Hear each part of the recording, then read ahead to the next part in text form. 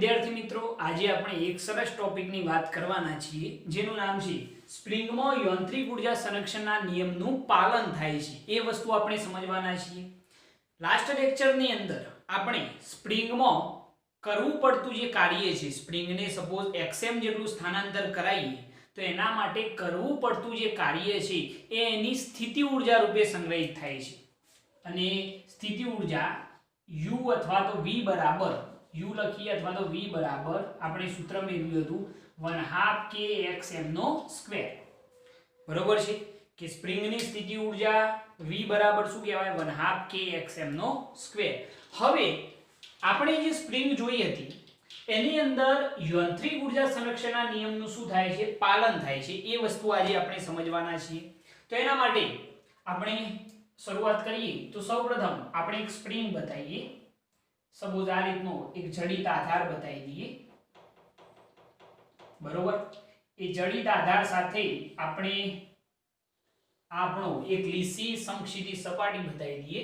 જડિત આધાર સાથે એક સ્પ્રિંગ અહીંયા આગળ લટકાવી દઈશું આ રીતની, બરોબર। એની સાથે આપણે એક m દળનો પદાર્થ લટકાવી દઈએ, ઓકે।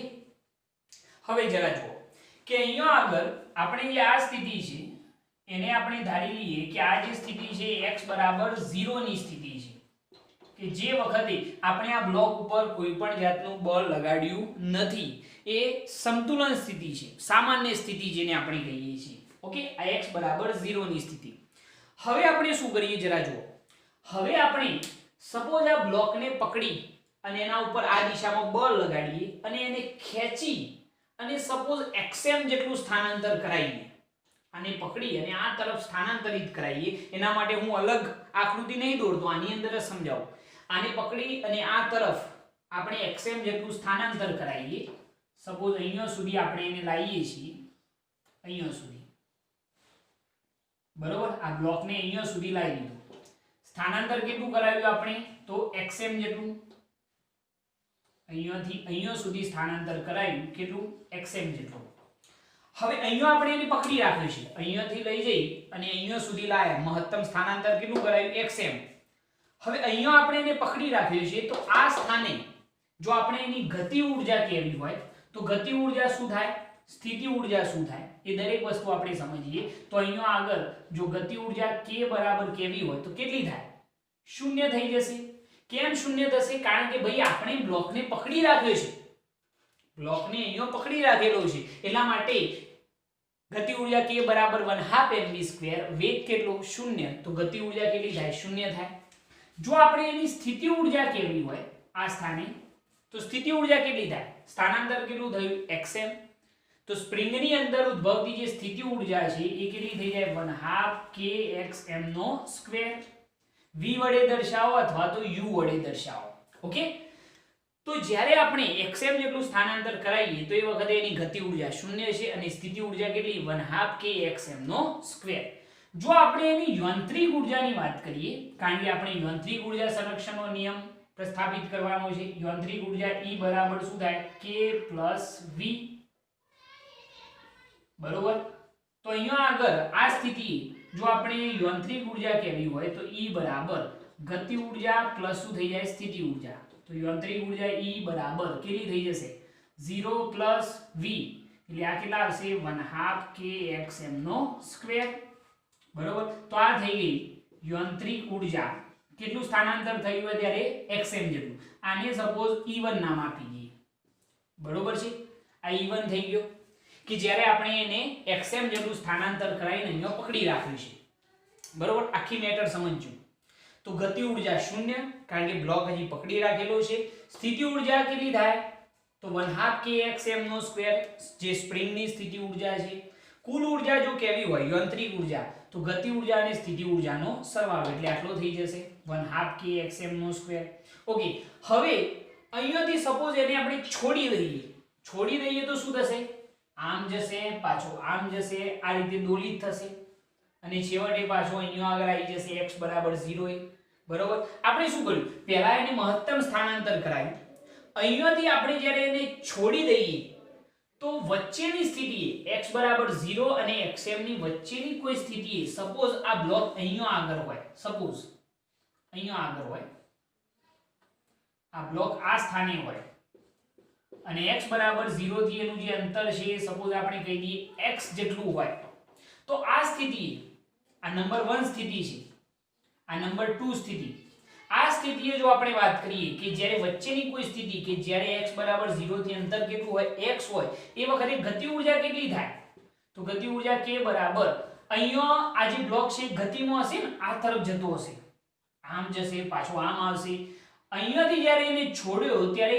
આ સ્થાને હોય નંબર 2 સ્થાને, તો એ વખતે ગતિ ઊર્જા કેટલી થાય, તો k બરાબર 1/2 mv², કારણ કે એ વખતે આ બ્લોક ગતિમાં હશે તો એ વખતે ગતિ ઊર્જા k બરાબર 1/2 mv². જો સ્થિતિ ઊર્જા કેવી હોય તો સ્થિતિ ઊર્જા કેટલી થાય 1/2 k x². સ્પ્રિંગની સ્થિતિ ઊર્જાનું સૂત્ર કયું 1/2 k x², કારણ કે અહીંયા અંતર કેટલું છે x છે એટલા માટે સ્થિતિ ઊર્જા 1/2 k x². જો આપણે કુલ યાંત્રિક ઊર્જા કેવી હોય તો આ બંને ઊર્જાઓનો સરવાળો શું થઈ જાય 1/2 mv² પ્લસ 1/2 k x². તો આ થઈ ગઈ કુલ ઊર્જા અથવા તો યાંત્રિક ઊર્જા. આ નંબર 2 સ્થાને છે એટલા માટે એને E2 નામ આપી દઈએ, બરોબર. ઓકે, આ બીજા સ્થાને થઈ ગઈ. હવે જ્યારે બ્લોક અહીંયાથી ગતિ કરતો કરતો જ્યારે x બરાબર 0 સ્થાને આવે, જવાનો છે ક્યાં, અહીંયાથી આપણે એને છોડ્યો તો આમ થઈ પાછો આમ જશે, પાછો આમ જશે, પાછો આમ જશે, બરોબર, એમ દોલિત થતો જશે. જ્યારે અહીંયાથી આ બ્લોક અહીંયા આગળ પહોંચે તો એ વખતે એટલે કે x બરાબર 0 ની સ્થિતિએ જો આપણે એની ગતિ ઊર્જા કેવી હોય તો ગતિ ઊર્જા કેટલી થશે, વિચારો બરોબર પ્રેક્ટિકલી. તો એ વખતે એનો વેગ મહત્તમ હશે. તમે બ્લોકને આ રીતે ખેંચ્યો છે અને અહીંયાથી મૂકી દઈએ તો આમ જાય, આમ જાય, એટલે કે અહીંયાથી અહીંયા સુધી આવે એટલે અહીંયા આગળ વેગ કેવો હશે, મહત્તમ હશે. તો ગતિ ઊર્જા k બરાબર અહીંયા આગળ હશે k બરાબર 1/2 mvm². vm કેમ લખ્યું ખબર પડી ને ભાઈ, કારણ કે અહીંયા આગળ જ્યારે બ્લોકને છોડીશું તો એ વખતે વેગ કેવો હશે, મહત્તમ હશે. તો k બરાબર 1/2 mvm². ચલો સ્થિતિ ઊર્જા કેટલી થાય વિચારી લ્યો.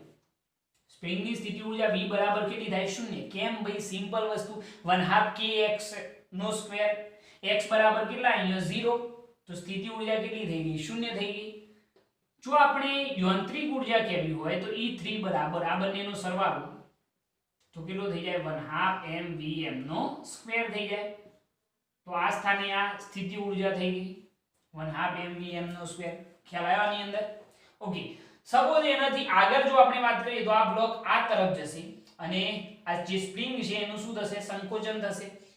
જ્યારે સંકોચન થાય તો એ સ્થિતિની અંદર સપોઝ આ બ્લોક અહીંયા આગળ વિચારી લઈએ સપોઝ, અને એ વખતે જે સંકોચન થયું એ આ તરફ મહત્તમ સ્થાનાંતર આપણે કહી દઈએ xm.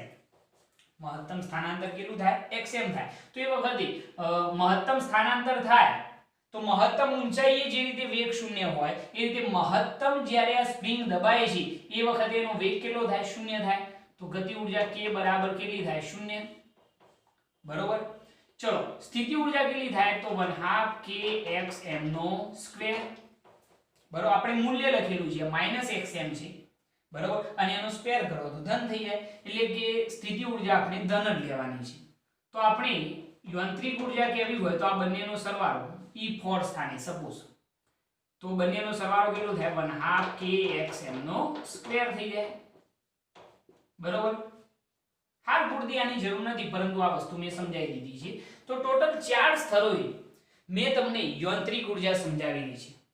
શું કર્યું છે એક્ઝેક્ટ સમજજો કે આ બ્લોકને અહીંયાથી પકડીને અહીંયા લાયા, હજી હાથમાં પકડી રાખેલો છે, બરોબર. તો એ વખતની સ્થિતિએ ગતિ ઊર્જા 0, વેગ કેટલો થાય, સોરી સ્થિતિ ઊર્જા કેટલી થાય 1/2 k xm², બરોબર. જો યાંત્રિક ઊર્જા કેવી હોય તો બંને ઊર્જાઓનો સરવાળો એટલે આપણને યાંત્રિક ઊર્જા મળી જાય. અહીંયાથી છોડીએ તો બ્લોક આ તરફ ગતિ કરશે, અહીંયા ગતિમાં હશે. જ્યારે x બરાબર 0 થી અંતર એનું કેટલું હોય x હોય તો એ વખતે ગતિ ઊર્જા કેટલી 1/2 mv². સ્થિતિ ઊર્જા કેટલી થાય 1/2 k x², કારણ કે આ અંતર કેટલું x છે. અને યાંત્રિક ઉર્જા માટે આ બંને ઉર્જાઓનો શું થઈ જાય સરવાળો.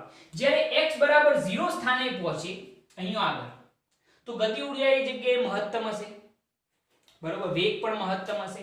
તો ગતિ ઉર્જા k બરાબર 1/2 mvm નો સ્ક્વેર. સ્થિતિ ઉર્જા કેટલી થઈ જાય સ્પ્રિંગની 0 થઈ જાય, કારણ કે 1/2 kx નો સ્ક્વેર, x બરાબર 0 તો સ્થિતિ ઉર્જા 0. તો યાંત્રિક ઉર્જા બરાબર બંનેનો સરવાળો એટલે આટલી થઈ જશે 1/2 mvm નો સ્ક્વેર. જ્યારે સ્પ્રિંગ મહત્તમ સંકોચન થાય તો એ વખતની સ્થિતિએ ગતિ ઉર્જા કેટલી 0, બરોબર. સ્થિતિ ઉર્જા કેવી હોય તો એ કેટલી થાય 1/2 kxm નો સ્ક્વેર અને યાંત્રિક ઉર્જા કેટલી થઈ જાય 1/2 kxm નો સ્ક્વેર. ક્લિયર આટલી વસ્તુ? ઓકે. આપણે આને હાલ પૂરતી ધ્યાનમાં નથી લેવાની, આપણે મેઈન આ ત્રણ સ્થિતિઓ ધ્યાનમાં લેવાની છે, E1 E2 અને E3, આ ત્રણ સ્થિતિઓ, બરોબર. હવે આપણે જો યાંત્રિક ઉર્જા સંરક્ષણના નિયમની વાત કરીએ તો યાંત્રિક ઉર્જા સંરક્ષણના નિયમ પરથી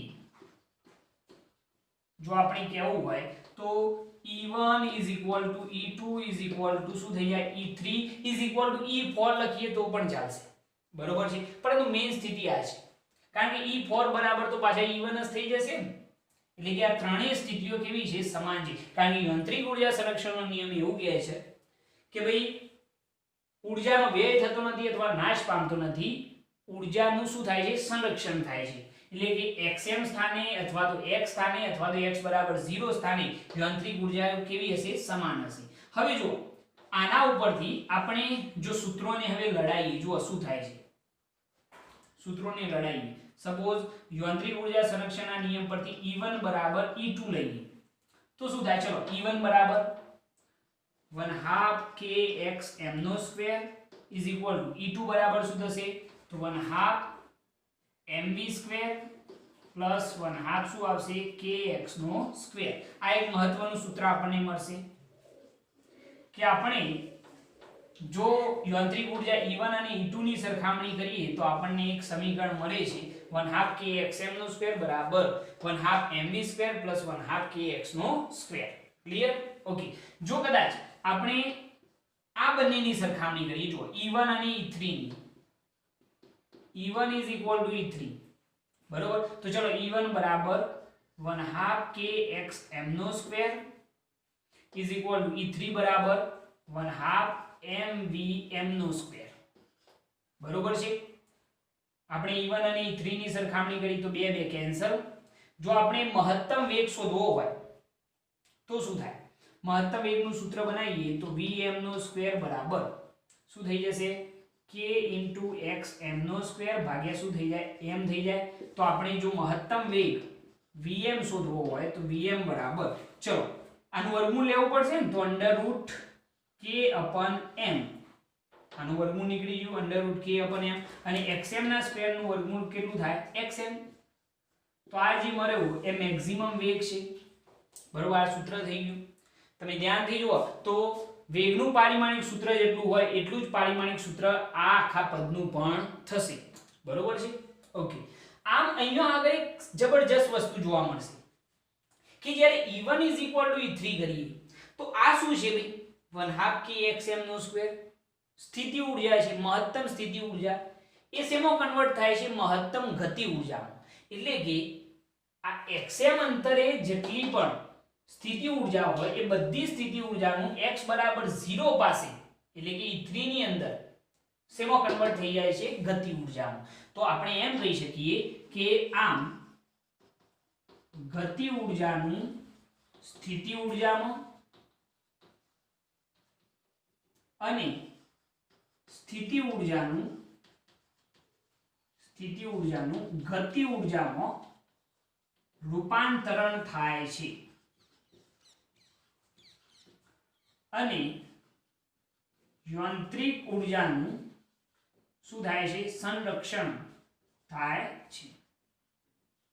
યાંત્રિક ઉર્જાનું શું થાય છે? સંરક્ષણ થાય છે. ખ્યાલ આવ્યો આની અંદર? અહીંયા આગળ જ્યારે તમે લખો છો તો એ વખતે તમારે એ રીતે બતાવવાનું, અહીંયા આગળ મેં આ ચાર સૂત્રો બનાવેલા છે, પરંતુ તમારે એ રીતે લખવાનું કે જ્યારે બ્લોકને મહત્તમ સ્થાનાંતર xm કરાવવામાં આવે, કે જ્યારે બ્લોકને ખેંચી અને મહત્તમ સ્થાનાંતર xm કરાવવામાં આવે ત્યારે એની ગતિ ઉર્જા 0, સ્થિતિ ઉર્જા 1/2 kxm નો સ્ક્વેર અને યાંત્રિક ઉર્જા E1 બરાબર 1/2 kxm નો સ્ક્વેર થાય છે. જ્યારે બ્લોકને છોડવામાં આવે તો વચ્ચેની કોઈ સ્થિતિ કે જ્યારે અંતર x બરાબર x હોય, અંતર કેટલું હોય x હોય, એ વખતે ગતિ ઉર્જા આટલી, સ્થિતિ ઉર્જા આટલી અને યાંત્રિક ઉર્જા E2 જેટલી થાય છે.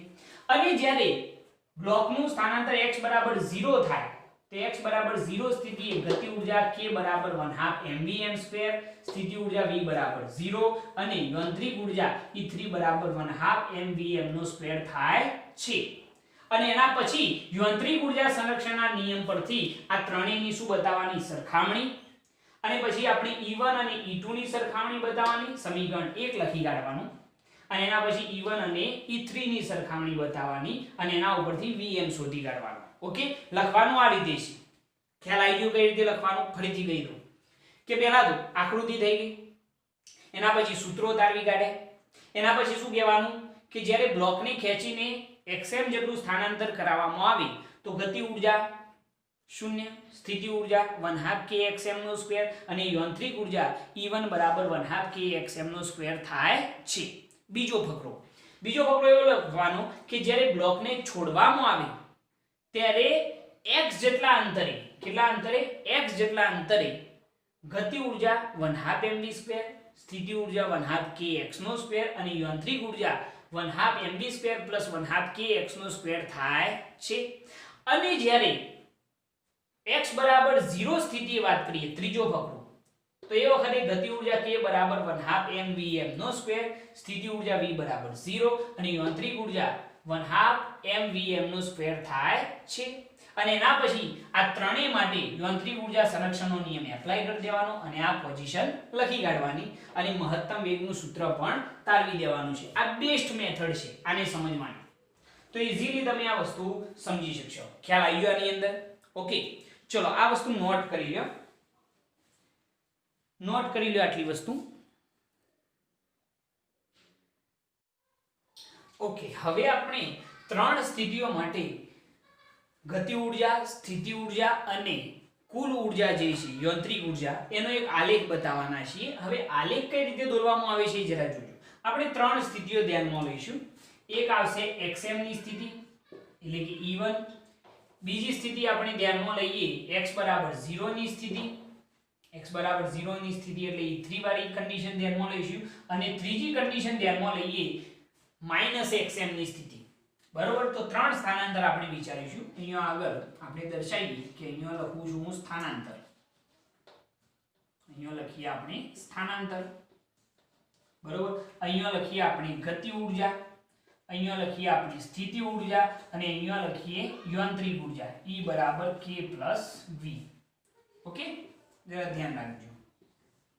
હવે જરા જુઓ કે આપણે સ્થાનાંતરની જો વાત કરીએ તો સ્થાનાંતર સૌપ્રથમ આપણે બતાવીએ xm જેટલું.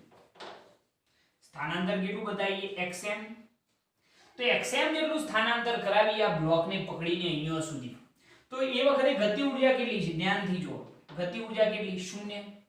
બરોબર, સ્થિતિ ઉર્જા કેટલી છે? તો 1/2 kxm નો સ્ક્વેર અને યાંત્રિક ઉર્જા કેટલી થાય છે? બંનેનો સરવાળો 1/2 kxm નો સ્ક્વેર જેટલી. ઓકે, ચલો એના પછી બીજી સ્થિતિ ધ્યાનમાં લઈએ, x બરાબર 0 ની સ્થિતિ. x બરાબર 0 એટલે આ કન્ડિશન. તો એ વખતે ગતિ ઉર્જા કેટલી છે? જુઓ, 1/2 mvm નો સ્ક્વેર. ગતિ ઉર્જા એ જગ્યાએ મહત્તમ હોય, બરોબર, 1/2 mvm નો સ્ક્વેર. બરોબર, એના પછી સ્થિતિ ઉર્જા કેટલી છે ત્યાં આગળ? તો 0. અને યાંત્રિક ઉર્જા કેટલી થાય? તો 1/2 mvm નો સ્ક્વેર જેટલી. બરોબર, આ x બરાબર 0 ની સ્થિતિ થઈ ગઈ. અને એના પછી x બરાબર -xm, આ તરફ મહત્તમ સંકોચન થાય તો E4 ની સ્થિતિ ધ્યાનમાં લેવી પડે ને. તો એના માટે ચલો ગતિ ઉર્જા કેટલી? તો 0, કારણ કે મહત્તમ સંકોચન થાય તો એ વખતે બ્લોક સ્થિર થાય ક્ષણવાર માટે, તો વેગ 0 થઈ જાય તો ગતિ ઉર્જા 0 થઈ જાય. સ્થિતિ ઉર્જા કેટલી થાય? આપણે મૂલ્ય ધ્યાનમાં લઈએ છીએ તો 1/2 kxm નો સ્ક્વેર. તો યાંત્રિક ઉર્જા કેટલી થઈ જાય? પાછી 1/2 kxm નો સ્ક્વેર જેટલી થઈ જાય. ખ્યાલ આવ્યો આની અંદર? તો આ આલેખ થઈ ગયો. હવે આપણે અહીંયા આગળ એક આલેખ દર્શાવીએ, બરોબર? આ હું કાઢી નાખું છું,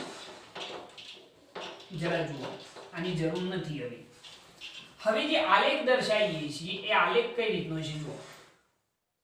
ઊર્જા વિરુદ્ધ સ્થાનાંતરનો આલેખ દર્શાવીશું, બરોબર? ઉપરની તરફ આપણે દર્શાવીશું ઊર્જા અને આ તરફ આપણે દર્શાવીશું સ્થાનાંતર x. આ તરફ x, આ તરફ -x, બરોબર? અહીંયા આગળ x બરાબર કેટલું થઈ જાય 0. ઓકે, હવે જુઓ સ્થાનાંતર વિરુદ્ધ ઊર્જાનો આલેખ. હવે ધ્યાનથી અહીંયા આગળ જે સ્થિતિ બતાવેલી છે એ જ કામ આપણે કરવાનું છે, બીજું કંઈ કરવાનું નથી, બરોબર? તો એના માટે શું થાય જરા જુઓ કે જ્યારે સ્થાનાંતર આપણે બે જગ્યાએ ધ્યાનમાં લઈશું, આ તરફ મહત્તમ સ્થાનાંતર પ્લસ xm ધ્યાનમાં લઈશું અને આ તરફ મહત્તમ સ્થાનાંતર -xm ધ્યાનમાં લઈશું. તો જરા ધ્યાનથી જુઓ કે જ્યારે xm જેટલું સ્થાનાંતર હોય, xm જેટલું, તો ગતિ ઊર્જા કેટલી? 0. આપણે ગતિ ઊર્જાનો પહેલા આલેખ દોરીએ. તો ચલો, ગતિ ઊર્જા અહીંયા આગળ 0, બરોબર? જ્યારે સ્થાનાંતર x બરાબર 0 થાય તો એ વખતે ગતિ ઊર્જા કેવી થાય છે? મહત્તમ. એટલે આ જે આલેખ છે એ કંઈક આ રીતનો મળશે. x બરાબર 0 પાસે ગતિ ઊર્જા કેવી થઈ? મહત્તમ થઈ. અને -xm પાસે ગતિ ઊર્જા પાછી કેટલી થઈ જાય છે? 0. તો આ આલેખ થઈ ગયો ગતિ ઊર્જાનો. થઈ ગયો ગતિ ઊર્જાનો આલેખ. આ દર્શાવશે ગતિ ઊર્જા, બરોબર છે? કે અહીંયા આગળ xm જેટલું સ્થાનાંતર હોય તો એ વખતે ગતિ ઊર્જા 0 છે. જ્યારે x બરાબર 0 થાય તો ગતિ ઊર્જા મહત્તમ અને -xm થાય તો પાછી ગતિ ઊર્જા 0. આ ગતિ ઊર્જા થઈ ગઈ. ચલો, સ્થિતિ ઊર્જાનો આલેખ દર્શાવવો હોય, બરોબર? તો એના માટે ચલો xm જેટલું સ્થાનાંતર હોય તો એ વખતે સ્થિતિ ઊર્જા કેવી છે? મહત્તમ. એટલે કે અહીંયાથી શરૂઆત થશે, અહીંયા આગળથી xm જેટલું સ્થાનાંતર હોય એ વખતે સ્થિતિ ઊર્જા કેવી છે? મહત્તમ.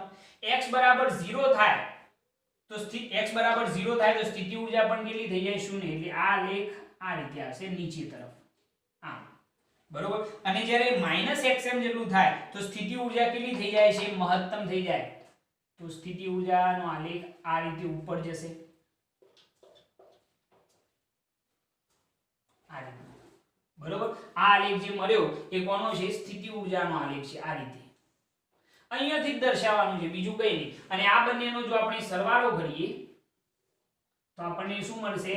યાંત્રિક ઊર્જા k + v મળશે, બરોબર? તો આ રીતે તમે એનો સિમ્પલ આલેખ પણ દર્શાવી શકો છો, જે તમારા માટે નવી વાત નથી. એ ધ્યાન રાખવાનું કે આ જે આલેખ બતાવ્યો આપણે, આ કોનો આલેખ છે? ગતિ ઊર્જાનો આલેખ. અલ્યા ભાઈ, દેખાય એટલી તો ખબર પડે કે ના પડે? xm જેટલું સ્થાનાંતર હોય તો ગતિ ઊર્જા જુઓ 0. x બરાબર 0 પાસે ગતિ ઊર્જા કેવી થઈ? મહત્તમ થઈ. જુઓ, મહત્તમ થઈ. અને પાછી -xm હોય તો પાછી કેટલી થઈ જાય? 0. ગતિ ઊર્જાનો આલેખ થઈ ગયા, બરોબર? સ્થિતિ ઊર્જાની અંદર શું જોવાનું? જુઓ, xm જેટલું સ્થાનાંતર હોય એ વખતે સ્થિતિ ઊર્જા જુઓ મહત્તમ છે, xm હોય ત્યારે. x બરાબર 0 પાસે સ્થિતિ ઊર્જા કેટલી થઈ જાય છે? 0. અને -xm પાછી કેવી થાય? મહત્તમ થાય છે. તો આ જે આલેખ છે એ કોનો આવશે? સ્થિતિ ઊર્જા નો આલેખ થઈ જશે. અને બંનેનો સરવાળો કરીએ તો આપણને શું મળશે? યાંત્રિક ઊર્જા E = k + u. ટૂંકમાં આના ઉપરથી ખબર એવી પડે કે જ્યારે સ્થિતિ ઊર્જા, અહીંયાથી વિચારીએ, જ્યારે સ્થિતિ ઊર્જા ઘટવાની શરૂઆત થાય તો ગતિ ઊર્જા ધીરે ધીરે શું થશે? વધશે, બરોબર? સ્થિતિ ઊર્જા ઘટે તો ગતિ ઊર્જા ધીરે ધીરે શું થાય છે? વધે છે. જ્યારે સ્થિતિ ઊર્જા બિલકુલ 0 થઈ જાય તો ગતિ ઊર્જા એ વખતે કેવી થાય? મહત્તમ થાય. આ સ્થિતિ જે છે ને એ આપણને જોવા મળતી હતી x બરાબર 0 પાસેની. x બરાબર 0 પાસે અહીંયા આગળ જુઓ કે બધી જે ગતિ ઊર્જા છે એ ક્યાંથી પ્રાપ્ત થઈ છે? તો સ્થિતિ ઊર્જામાંથી, બરોબર? કે બધી સ્થિતિ ઊર્જાનું ગતિ ઊર્જામાં રૂપાંતરણ થાય છે. અહીંયા આગળ સ્થિતિ ઊર્જા 0 થઈ ગઈ, બધી શેમાં કન્વર્ટ થઈ ગઈ? ગતિ ઊર્જામાં, બરોબર? તો આ એનો આલેખ થઈ ગયો. આ વસ્તુ તમારી ખાસ દર્શાવવાની છે, એટલે ધ્યાનથી તમે આને લખી કાઢો. બહુ મહત્વની વસ્તુ છે આ. ઓકે, હવે આપણે જોઈએ સંરક્ષી બળો વિશે કેટલીક નોંધ. કેટલીક બાબતો છે જે જસ્ટ ખાલી તમારે વાંચી જવાની છે. પહેલી બાબત કે સ્પ્રિંગના સંકોચનની ગણતરી કરી શકાય છે, પરંતુ કેટલા સમય માટે સંકોચન થાય છે તેની ગણતરી શક્ય નથી. આપણે દાખલાઓ જોઈશું, કે ભાઈ સ્પ્રિંગનું કેટલું સંકોચન થયું આપણે એની ગણતરી કરી શકીશું, પરંતુ કેટલા સમય માટે સંકોચન થયું એની ગણતરી કરી શકાતી નથી. એના પછી બીજી વસ્તુ કે બધા બળો સંરક્ષી નથી. દાખલા તરીકે ઘર્ષણ બળ, તો આપણું જે ઘર્ષણ બળ છે એ સંરક્ષી બળ નથી. કેમ? કારણ કે ઘર્ષણ બળને લીધે ઉષ્મા ઊર્જાનો શું થાય? વ્યય થાય છે. બરોબર? કોઈ પણ સપાટી પર જે ઘર્ષણ બળ લાગે છે એના લીધે ઉષ્મા ઊર્જાનો શું થાય છે? વ્યય થાય છે. અને જો એના માટે ઊર્જા સંરક્ષણનો નિયમ આપણે એપ્લાય કરીએ તો એની અંદર એક સામાન્ય ફેરફાર કરવો પડશે. કેવો? જો આપણે ગતિ ઊર્જા પ્લસ સ્થિતિ ઊર્જા બરાબર અચલ લખતા હતા, પરંતુ જો ઘર્ષણ બળ હાજર હોય તો ગતિ ઊર્જા પ્લસ સ્થિતિ ઊર્જા પ્લસ q લખવામાં આવશે. ધ્યાન રાખજો, આ MCQ ની અંદર મે બી પોસિબલ પૂછી શકાય, એટલા માટે મેં આ વસ્તુ સમજાવેલી છે કે જો ઘર્ષણ બળ હાજર હોય તો ઊર્જા સંરક્ષણના નિયમ પરથી ગતિ ઊર્જા પ્લસ સ્થિતિ ઊર્જા પ્લસ q લખવામાં આવશે. જો q એટલે કે વ્યય પામતી ઊર્જા બરાબર શું લખાય? અચળ. જો ઘર્ષણ બળ હાજર હોય તો. ઓકે, એટલે આ વસ્તુ જરા ધ્યાન રાખજો. એના પછી છેલ્લો પોઈન્ટ કે સ્થિતિ ઊર્જાનું શૂન્ય મૂલ્ય ઈચ્છા પ્રમાણે લઈ શકાય. જેવું કે આપણે સ્પ્રિંગ માટે તમને યાદ હોય તો સ્થિતિ ઊર્જા કઈ જગ્યાએ શૂન્ય લેતા? x બરાબર 0 સ્થાને. જો આપણે પૃથ્વી માટે વાત કરીએ તો આપણે પૃથ્વીની સપાટી પર સ્થિતિ ઊર્જા કેટલી લઈએ છીએ? શૂન્ય લઈએ છીએ. યાદ કરો, u બરાબર આપણે અથવા તો v બરાબર mgh લખતા, અને સપાટી પર h બરાબર 0 હોય તો સ્થિતિ ઊર્જા કેટલી થઈ જાય? શૂન્ય થઈ જાય. એટલે પૃથ્વી માટે સપાટી પર સ્થિતિ ઊર્જા કેટલી લેવામાં આવે છે? શૂન્ય લેવાય છે. ગુરુત્વાકર્ષી બળનો જે સાર્વત્રિક નિયમ છે એના માટે ઉદ્ગમથી અનંત અંતરે સ્થિતિ ઊર્જા શૂન્ય લેવામાં આવે છે, જે આપણે ગુરુત્વાકર્ષણના ચેપ્ટરમાં જોવાના છે. ઓલ ઓવર હું તમને એવું કહી શકું કે સ્થિતિ ઊર્જાના નિરપેક્ષ મૂલ્યનું મહત્વ નથી, પરંતુ સ્થિતિ ઊર્જાના ફેરફારનું મહત્વ છે. ઓકે, તો આ પોઈન્ટ એક વખત તમારે વાંચી જવાના છે. આ એક MCQ છે, એને જરા ધ્યાન રાખવાનું છે. બીજું આની અંદર વિશેષ કંઈ નથી, અને નોટ કરી લો, નોટ કરી લો આને. ઓકે, હવે આપણે જોઈએ પાવર. પાવર એટલે કે શક્તિ. આપણા ચેપ્ટરના જે નામ છે કાર્ય, ઊર્જા અને પાવર, એની અંદર ત્રીજો ભાગ જે છે પાવરનો ભાગ છે. પાવર એટલે કે શક્તિ. આપણે જો એની વ્યાખ્યા લખવી હોય તો વ્યાખ્યા શું થાય? સિમ્પલ વ્યાખ્યા છે કે કાર્ય કરવાના સમય દરને શું કહેવાય છે? પાવર કહે છે. કાર્ય કરવાના સમય દરને શું કહેવામાં આવે છે? પાવર કહે છે. સિમ્પલ વ્યાખ્યા થઈ ગઈ. અથવા તો પછી બીજી એક વ્યાખ્યા લખવી હોય તો બીજી શું થાય કે એકમ સમયમાં થતા કાર્યને શું કહેવાય છે? પાવર કહે છે. બરોબર, બે વ્યાખ્યાઓ થઈ અને બંને સિમ્પલ. તમે આગળના ધોરણોમાં પણ ભણીને આવો છો. બરોબર, કે પાવરની વ્યાખ્યા શું? તો કાર્ય કરવાના સમય દરને શું કહેવાય? પાવર. જેને આ પાવર એટલે કે કાર્યત્વરા. પાવરને શું કહેવાય? કાર્યત્વરા પણ કહે છે. બરોબર, પાવરની બે વ્યાખ્યાઓ મેં અહીંયા લખેલી છે કે કાર્ય કરવાના સમય દરને પાવર કહે છે, અથવા તો એકમ સમયમાં થતા કાર્યને શું કહેવાય છે? પાવર કહે છે. ઓકે, હવે આપણે એક ધારણા કરીએ કે ધારો કે ડેલ્ટા ટી જેટલા સમયગાળામાં, કેટલા? ડેલ્ટા ટી જેટલા સમયગાળામાં થતું કાર્ય ડેલ્ટા ડબલ્યુ હોય તો સરેરાશ પાવર, જો આપણે કહેવું હોય તો સરેરાશ પાવર શું થાય? સરેરાશ પાવર ક્યાં દર્શાવાય? Less than or greater than ની વચ્ચે. તો સરેરાશ પાવર P બરાબર શું થઈ જાય? Delta W by delta T. આના ઉપરથી કહી શકો ને ભાઈ કે ડેલ્ટા T જેટલા સમયગાળામાં થતું કાર્ય કેટલું છે? Delta W. તો સરેરાશ પાવર P બરાબર delta W by delta T. બરોબર, આ સરેરાશ પાવરનું સૂત્ર થયું. હવે જો આપણે તત્કાલીન પાવર શોધવો હોય, કોઈ t ક્ષણે તાક્ષણિક પાવર જો આપણે શોધવો હોય, તાક્ષણિક પાવર મતલબ કે તત્કાલીન પાવર શોધવો હોય તો એના માટે આપણે શું કરતા હતા? યાદ છે તમને? આપણે સરેરાશ વેગ હોય અને એના ઉપરથી તત્કાલીન વેગ શોધવો હોય તો આપણે સમયની limit delta t tends to શું લેતા હતા? 0. યાદ હશે તમને? તો અહીંયા પણ એ જ કામ કરવાનું.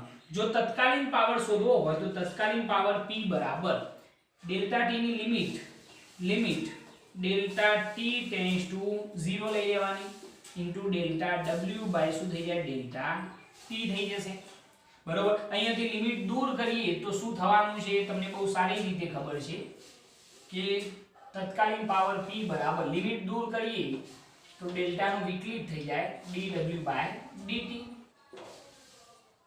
આ થઈ ગયું તત્કાલીન પાવર બરોબર છે। આ રીતે પહેલા સૌપ્રથમ આપણે આ તત્કાલીન પાવરનું સૂત્ર બનાવવાનું છે। હવે એક બીજી વસ્તુ કે જો અચળ બળ F સદિશ વડે dr સદિશ જેટલું સ્થાનાંતર થાય F સદિશ વડે થતું સ્થાનાંતર dr સદિશ હોય એમ લખીએ કે જો અચળ બળ F સદિશ વડે સ્થાનાંતર dr સદિશ જેટલું થતું હોય તો થયેલ કાર્ય જો આપણે કહેવું હોય તો કેટલું થાય મેં શું કહ્યું છે કે જો અચળ બળ કેટલું હોય F સદિશ અને એના વડે થતું સ્થાનાંતર કેટલું હોય dr સદિશ તો થયેલું જે કાર્ય છે એ શું કહેવાશે સ્થાનાંતર સૂક્ષ્મ છે એટલે થતું કાર્ય પણ શું થાય સૂક્ષ્મ થાય એટલે dw બરાબર શું થઈ જાય F સદિશ ઇન્ટુ શું થઈ જશે dr સદિશ જેને આપણે આપી દઈએ સમીકરણ નંબર 2 ખ્યાલ આવ્યો આની અંદર કે અચળ બળ કેટલું F સદિશ અને એના વડે થતું સ્થાનાંતર કેટલું છે dr સદિશ તો થયેલ સૂક્ષ્મ કાર્ય dw બરાબર શું થાય F સદિશ ઇન્ટુ dr સદિશ। હવે જો સમીકરણ 2 ની કિંમત સમીકરણ 1 માં મૂકીએ સમીકરણ 2 ની કિંમત ક્યાં મૂકીએ સમીકરણ 1 માં મૂકતો ચલો dw ની જગ્યાએ શું લખવાનું F સદિશ ઇન્ટુ dr સદિશ તો શું થશે જો તત્કાલીન પાવર P બરાબર dw ની જગ્યાએ શું લખીશું આપણે સૂત્ર પહેલા લખી કાઢીએ dw બાય dt તો તત્કાલીન પાવર P બરાબર ચલો dw ની જગ્યાએ શું લખીશું F સદિશ ઇન્ટુ dr સદિશ તો અહીંયા આગળ d બાય dt અહીંયા આગળ થઈ જશે F સદિશ ઇન્ટુ શું થઈ જાય dr સદિશ બરોબર F સદિશ ઇન્ટુ શું થઈ જશે dr સદિશ ઓકે। હવે જરા જુઓ કે અહીંયા આગળ F જે છે એ તો અચળ પદ છે કારણ કે એ અચળ બળ છે એટલે એ તો બહાર નીકળી ગયું બરોબર એટલે એને તો આપણે બહાર જ લખવાનું છે તો અહીંયા આગળ શું વધશે તો dr સદિશ બાય શું થઈ જાય dt થઈ જશે ખ્યાલ આવ્યો આની અંદર। અહીંયા આગળ જો એક કામ તમારે સીધે સીધું કરવું હોય તો પણ કરી શકો છો જો બે વખત d જે આવે છે એમાં કન્ફ્યુઝન ના કરવું હોય તો શું થાય જુઓ કે અચળ બળ F સદિશ વડે થતું સ્થાનાંતર dr સદિશ તો થયેલ કાર્ય dw બરાબર F સદિશ ઇન્ટુ dr સદિશ ઓકે। હવે dw ની જગ્યાએ શું આવે F સદિશ ઇન્ટુ dr સદિશ પરંતુ આ જે બળ છે એ તો કેવું બળ છે અચળ બળ છે એટલે એનું વિકલન થવાનું નથી એટલે F સદિશ તો બહાર નીકળી જાય તો અંદર ખાલી શું વધશે dr સદિશ બાય શું આવશે dt ઓકે કારણ કે F અચળ બળ તો તત્કાલીન પાવર P બરાબર ચલો F સદિશ ઇન્ટુ dr બાય dt સ્થાનનું સમયની સાપેક્ષે વિકલન શું મળી જાય વેગ v સદિશ પાવર જે છે એ અદિશ રાશિ છે એટલે આપણે કહેવું હોય તો P બરાબર શું કહેવાય F into v power P બરાબર F ઇન્ટુ v થઈ જાય બરોબર dr બાય dt સ્થાનનું સમયની સાપેક્ષે વિકલન શું મળી જાય વેગ થઈ જાય અને યાદ રાખજો કે પાવર કેવી રાશિ છે અદિશ રાશિ છે કારણ કે બે સદિશોનો શું છે ડોટ ગુણાકાર તો જવાબ શું આવશે અદિશ જ આવશે જે આપણે ઈઝીલી સમજી શકીએ છીએ કોઈ તકલીફ નથી એની અંદર બરોબર। ચલો હવે એના પછી એનો SI એકમ જરા આપણે જણાવી દઈએ તમે બધા જાણતા પણ હશો કે પાવરનો જો SI એકમ કેવો હોય તો શું થાય સિમ્પલ વસ્તુ કે આપણે જો એને SI એકમ લખવો તો કાર્યનો શું થાય જૂલ પ્રતિ સમયનો શું થાય સેકન્ડ એટલે કાર્યનો એકમ જૂલ સમયનો શું થયો સેકન્ડ તો જૂલ પ્રતિ સેકન્ડ અથવા તો આને આપણે શું કહીએ છીએ વોટ પણ કહીએ છીએ જેમ્સ વોટ જે વરાળ યંત્રના શોધક હતા એમના નામ ઉપરથી જ આપણે આ એકમ રાખેલો છે અને આ શોધક કોણ હતા જેમ્સ વોટ એટલે એમના નામ ઉપરથી આપણે એનો એકમ શું લખીએ છીએ વોટ બરોબર। જો આપણે 1 વોટ બરાબર લખવા હોય તો 1 વોટ બરાબર 1 જૂલ પ્રતિ શું થાય સેકન્ડ થઈ જાય. આવું પણ આપણે લખી શકીએ છીએ. ઓકે, એના સિવાય જો આપણે એનું પારિમાણિક સૂત્ર લખવું હોય તો પારિમાણિક સૂત્ર શું થઈ જાય વિચાર. કાર્યનું શું થાય m1 l1 t - 2 અને સમયનું શું થાય સોરી m1 l2 t - 2. કાર્યનું શું થાય m1 l2 t - 2 અને સમયનું શું થાય t1. તો પાવરનું પારિમાણિક સૂત્ર m1 l2 t - 3 થઈ જાય, કારણ કે t ની એક ઘાત જો અંશમાં જાય તો એ શું થઈ જશે ધન થઈ જશે. ક્લિયર આટલી વસ્તુ? બરોબર, પહેલા આટલી વસ્તુ તમારા મગજમાં ક્લિયર હોવી જોઈએ. સૌપ્રથમ શું લખવાનું પાવરની બે વ્યાખ્યાઓ અને એના પછી આપણે સરેરાશ પાવર શોધવાનો કે ધારો કે ડેલ્ટા t જેટલા સમયગાળામાં ડેલ્ટા w જેટલું કાર્ય થતું હોય તો સરેરાશ પાવર p બરાબર delta w by delta t. એના ઉપરથી તાક્ષણિક પાવર શોધી કાઢવાનો. એના માટે લિમિટ લઈ લેવાની ડેલ્ટા t ટેન્ડ્સ ટુ 0. બરોબર, તો તાક્ષણિક પાવરનું સૂત્ર મળી જશે p બરાબર dw બાય dt. હવે કાર્ય વિચારવાનું છે કેવા બળ વડે? અચળ બળ વડે. અચળ બળ F સદિશ વડે થતું સ્થાનાંતર dr સદિશ હોય તો થયેલ કાર્ય dw બરાબર શું થાય F સદિશ dr સદિશ. સમીકરણ 2 ની કિંમત જો સમીકરણ 1 માં એપ્લાય કરીએ, અહીંયા આગળ આ કિંમત એપ્લાય કરો તો F સદિશ તો કેવા છે ભાઈ અચળ છે, તો અંદર શું વધ્યું ખાલી dr સદિશ બાય dt. બરોબર, હવે dr બાય dt એટલે શું થઈ જશે વેગ થઈ જશે. તો પાવર p બરાબર f * v. આ ધ્યાન રાખજો, ખૂબ જ કામની વસ્તુ છે આ. આના ઉપરથી આપણે દાખલાઓ ગણવાના છે. SI એકમ મેં અહીંયા લખેલું છે. SI એકમ શું થાય જૂલ પ્રતિ સેકન્ડ અથવા તો વોટ. બરોબર, 1 વોટ બરાબર 1 જૂલ પ્રતિ સેકન્ડ થાય. એનું પારિમાણિક સૂત્ર યાદ રાખજો, MCQ ની અંદર અને શોર્ટ ક્વેશ્ચનોની અંદર પૂછાય છે. m1 l2 t - 3 સૂત્ર યાદ રાખશો તો એ બની જશે. ઓકે, ચલો પહેલા આટલી વસ્તુ નોટ કરી દો. એના પછી આપણે એના થોડાક મોટા એકમો જોઈએ. મોટા એકમો નોટ કરો આટલી વસ્તુ. ઓકે, હવે આપણે જોઈએ પાવરના મોટા એકમો. પાવરના મોટા એકમો જૂલ પ્રતિ સેકન્ડ અથવા તો વોટ દરેક જગ્યાએ કામમાં આવવાનો નથી. જો મોટા એકમો લખવા હોય તો પહેલું લખીએ 1 કિલોવોટ. પહેલો કયો છે 1 કિલોવોટ. 1 કિલોવોટ બરાબર કેટલા થાય તો 10³ વોટ થઈ જશે.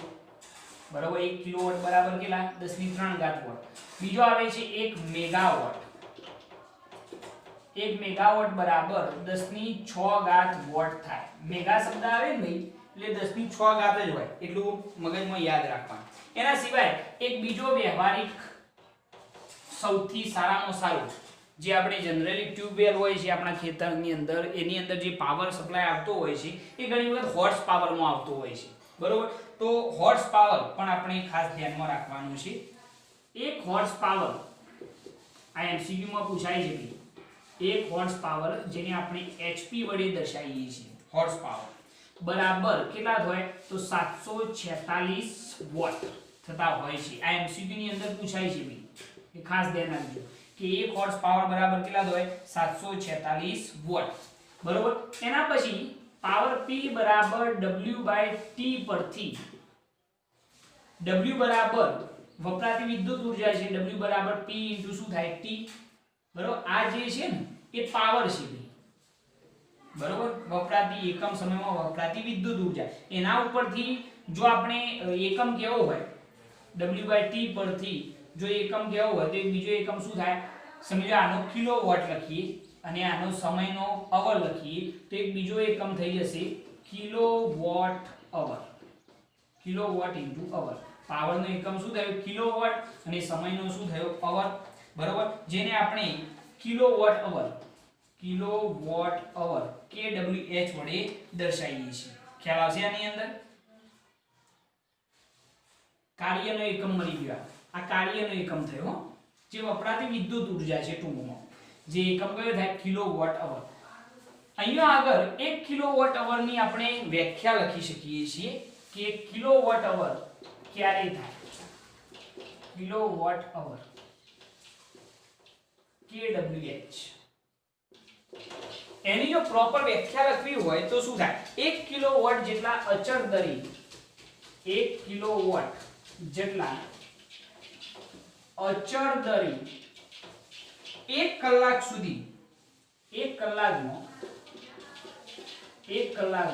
ખર્ચાતી વિદ્યુત ઊર્જાને શું કહેવાય છે? 1 કિલોવોટ અવર કહે છે. કેટલા દરથી?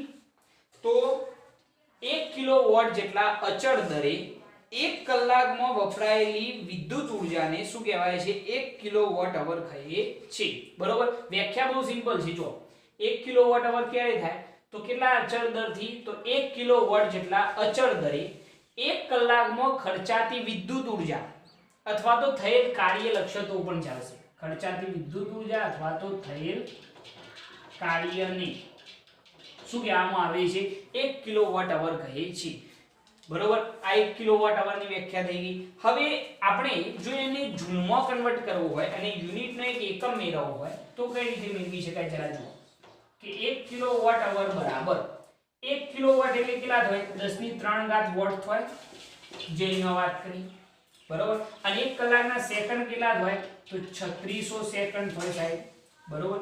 તો અહીંયા આગળ લખવા હોય તો 3600 ગુણ્યા 10 ની 3 ઘાત વોટ ઇન્ટુ શું થઈ જાય? સેકન્ડ થઈ જાય. તો આ જે કેવા હોય તો 3.6 ગુણ્યા 10 ની કેટલી ઘાત થઈ જાય? 1 2 3 એટલે 10 ની 6 ઘાત વોટ ઇન્ટુ સેકન્ડ થઈ જશે. બરોબર. વોટ ઇન્ટુ શું થઈ જાય? સેકન્ડ, જેને આપણે શું કહી શકીએ? જૂલ કહી શકાય ને. વોટ ઇન્ટુ સેકન્ડ એટલે કે શું કહેવાય? જૂલ. આટલી ઊર્જા છે તો 3.6 ગુણ્યા 10 ની 6 ઘાત શું કહેવાશે? જૂલ જેટલી ઊર્જા વપરાઈ કહેવાશે. બરોબર. એટલે આ વસ્તુ ધ્યાન રાખજો. આ એમસીક્યુ માં પૂછાય છે કે 1 કિલોવોટ અવર બરાબર 3.6 ગુણ્યા 10 ની 6 ઘાત શું થાય? જૂલ ઊર્જા થશે. એવું આપણે કહી શકીએ છીએ. તેને વીજળીના વપરાશમાં શું કહે છે? યુનિટ કહે છે. તેને વીજળીના વપરાશમાં શું કહેવામાં આવે છે? યુનિટ કહે છે. જે જનરલી આપણે ટ્યુબવેલ હોય છે એની અંદર આ એકમ યુઝ થતો હોય છે. બરોબર. આટલી વસ્તુ તમારે ખાસ ધ્યાન રાખવાની છે. તમારા માટે આ કઈ નવી વસ્તુ નથી. બરોબર. બહુ સિમ્પલી તમે આને ટેકલ કરી શકો છો. ઈઝીલી આ વસ્તુ તમને ફાવે એવી છે. એટલે હું નથી માનતો કે આની અંદર તમને સહેજ પણ તકલીફ પડશે. 1 કિલોવોટ અવર જે છે એને તમે એક યુનિટ પણ કહી શકો. આ એક યુનિટ. બરોબર. સિમ્પલ. હવે જરા જો ફરીથી સમજાવી દઉં કે પાવરના મોટા એકમો કયા છે? તો બે મોટા એકમો, 1 કિલોવોટ અને 1 મેગાવોટ. યાદ રાખજો. એના સિવાય હોર્સ પાવર, 1 હોર્સ પાવર બરાબર કેટલા? 746 વોટ થાય. પાવર P બરાબર W/T પરથી W બરાબર શું થાય? P * T. તો કાર્યનો એક બીજો એકમ થઈ ગયો. કાર્ય જે છે વપરાતી વિદ્યુત ઊર્જા છે તો શું થાય? કિલોવોટ અને સમયનો શું લખ્યો? અવર. એટલે કે કિલોવોટ અવર. એની મેં અલગથી વ્યાખ્યા સમજાવી કે કિલોવોટ અવરની વ્યાખ્યા શું થાય કે 1 કિલોવોટ જેટલા અચળ દરે 1 કિલોવોટ જેટલા અચળ દરે 1 કલાકમાં ખર્ચાતી વિદ્યુત ઊર્જાને શું કહે છે? 1 કિલોવોટ અવર કહે છે. બરોબર. 1 કિલોવોટ જેટલા અચળ દરે 1 કલાકમાં વપરાતી વિદ્યુત ઊર્જાને શું કહેવાય? 1 કિલોવોટ અવર. તો 1 કિલોવોટ અવર બરાબર 1 કિલોવોટ એટલે 10 ની 3 ઘાત વોટ થાય અને 1 અવર બરાબર શું થાય? 3600 સેકન્ડ. તો 3600 ગુણ્યા 10 ની 3 ઘાત વોટ ઇન્ટુ સેકન્ડ થઈ ગયા. બરોબર. તો 3.6 ગુણ્યા 10 ની 6 ઘાત વોટ ઇન્ટુ શું થાય? સેકન્ડ. બરોબર. જેને આપણે જૂલ કહી શકીએ છીએ. બરોબર ને? જે રીતે આપણે પાવરનો આપણે લખતા ને આ રીતે પાવર P બરાબર W/T. બરોબર. તો આના ઉપરથી P * T. W બરાબર શું થાય? P * T. બરોબર. તો પાવરનો એકમ શું થાય? વોટ ઇન્ટુ સમયનો શું થાય? સેકન્ડ. ખ્યાલ આવ્યો ના આવ્યો? આ વપરાતી વિદ્યુત ઊર્જા છે જેને આપણે જૂલ વડે પણ દર્શાવી શકીએ છીએ. કારણ કે વપરાતી વિદ્યુત ઊર્જાએ થયેલું શું છે? કાર્ય. એટલે એને જૂલ વડે પણ દર્શાવી શકાય. તો 3.6 ગુણ્યા 10 ની 6 ઘાત શું કહેવાય? જૂલ. 1 કિલોવોટ અવર બરાબર 3.6 ગુણ્યા 10 ની 6 ઘાત જૂલ. તેને વીજળીના વપરાશમાં શું કહેવાય? યુનિટ કહે છે. ઓકે. આટલી વસ્તુ ધ્યાન રાખજો. એમસીક્યુ માટે આ પોર્શન થોડુંક મહત્વનો છે. શોર્ટ ક્વેશ્ચનો માટે પણ નોટ કરી લો. આટલી વસ્તુ નોટ કરી લો.